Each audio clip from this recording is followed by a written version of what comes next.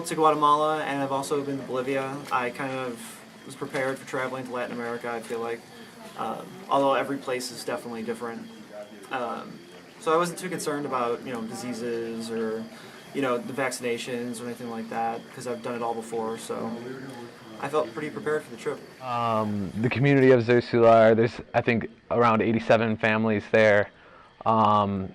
Based on like Global Brigades does a ranking of different components of like necessities in the community, water. Prior to the water brigade being completed there, they were like #1 in need of access to clean and sanitary water. So we provided them with that, and so now their #1 need is education. And out of I think 90 communities, they're ranked #1 for communities in need of education. So it's really cool to be able to provide like an education for not only Zursular but the surrounding communities.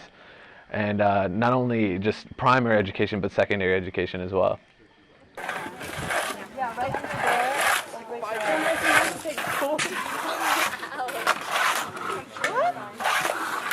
The very bottom of, after talking about Global Brigades, he was like, oh, by the way, we're trying to start an architecture brigades at DePaul. And right then I was just on top of it. I emailed Dan saying that I was really interested, interviewed with Brad and Dan, and I guess they liked me.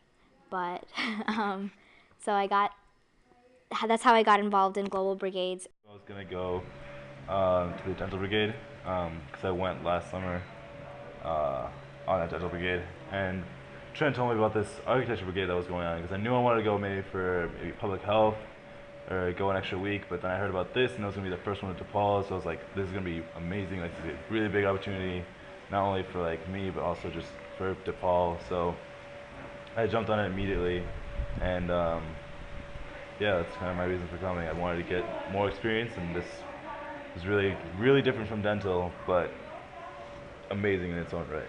Well, the idea that I'd always had with architecture brigades is that sort of construction transcends language. There's something really intimate about people working together on a project that tries to achieve a common goal, and something that people don't really have experience in. I mean, the community members aren't experts in construction, the students certainly aren't experts in construction, but when both of these constituencies are working together on this same thing that they realize is so important for them, the sort of language barrier isn't important, and that sort of unifying thing of construction will just sort of help the project progress. It's the most appealing to me because I think at the end of the day, education is like the first step to developing, and like it's an opportunity to better the community, and that really appealed to me.